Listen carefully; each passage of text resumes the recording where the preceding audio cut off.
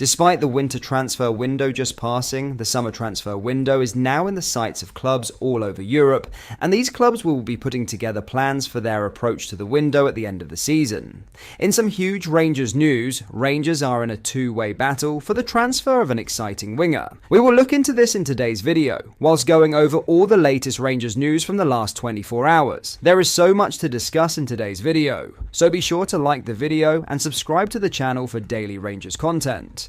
But first, Ben Davies has insisted he isn't thinking about his future at Rangers. The centre-back has vowed his only focus is on performing at Birmingham City on loan before turning his attention to his contract at Ibrox. Davies joined the English League One side on a loan until the season back in August. He has established himself as a regular starter under Chris Davies after a stop-start spell at Rangers. However, the 29-year-old has insisted he is not giving any thought to where his future lies beyond the summer, even though Birmingham City fans are desperate for him to stay. There is no buy clause in the loan deal. "I don't go on social media," he said, "or not looking for myself at least, so I haven't noticed, but if that's the case, it's really flattering and brilliant to have their support." On where he could be playing after this season, Davies told Birmingham Live, "I haven't thought about it yet. I just wanted to come out and do a year's loan and try and get going again because it was a bit stop-start at Rangers for me. I'm happy with the way it's going, but I haven't thought past now. I came here looking to play as many games as possible, and when I first came,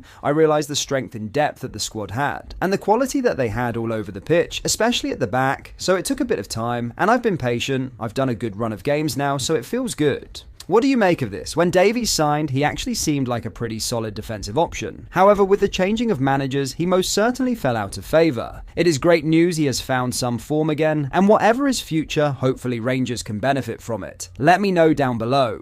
Now, in some huge Rangers transfer news, Birmingham City's teenage sensation, Zaid Berteka, has caught the eye of several high-profile clubs, including Crystal Palace, Rangers, and Norwich City. The 18-year-old winger, who has yet to sign a professional contract with Birmingham, has emerged as a sought-after talent. His potential availability has piqued the interest of these clubs, eager to snatch up the left-sided dynamo before his long-term future is locked down. Berteka's rise through the ranks at St Andrews has been nothing short of impressive. Having recently made his senior debut in Birmingham's FA Cup third-round victory over Lincoln City, he's now viewed as one of the brightest prospects to emerge from the club's youth system in recent years. His debut showcased not just his technical prowess, but his coolness on a bigger stage, qualities that have drawn the attention of top clubs. For Birmingham, losing a player of Berteka's calibre would be a serious blow.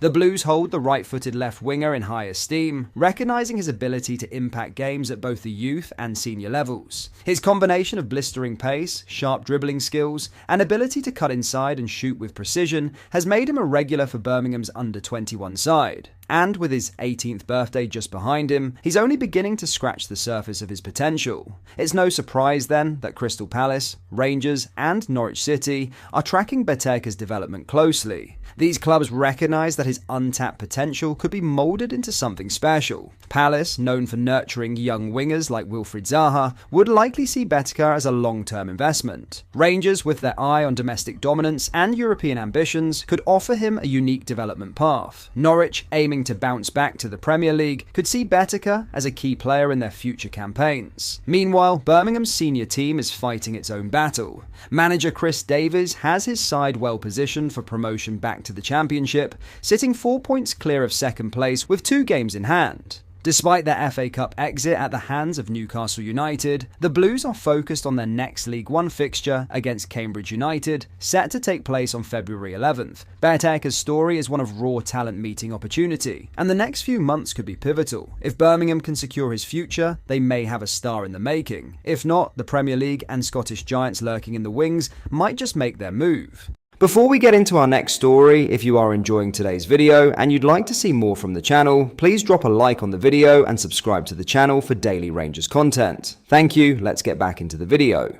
Now in other news, Rangers Football Club has recently made a significant financial move, issuing 18 million new shares according to official documentation filed with Companies House. This paperwork, which surfaced on February 18th, details that the shares were allocated by Rangers International Football Club plc between December 20th and January 23rd. While this transaction is confirmed, there are still questions about its exact nature. It's unclear if the new shares represent a direct cash injection into the club, or if they could be related to loans being converted into equity, which would alter the financial structure of the club. The nominal value assigned to each share is 1 pence, which is a typical practice for a company at the time of its foundation. However, it's important to note that this 1 pence value does not reflect what each share actually costs to purchase. It's simply the minimum price a share can be sold for. What's intriguing is that the company's house document lists £18 million as the amount paid, suggesting that the entire share issue may have been valued at this figure. Typically, Rangers shares in recent issues have been sold at 25 pence per share, including in a similar transaction last February when 4 million shares were sold at this rate, generating just over £1 million for the club. If the same valuation holds for this latest issue, the 18 million shares could generate up to £4.5 million for Rangers. However, due to the lack of clarity on this particular transaction, the exact amount raised remains unconfirmed. Additionally, the club's website, which lists its major shareholders and the total number of shares,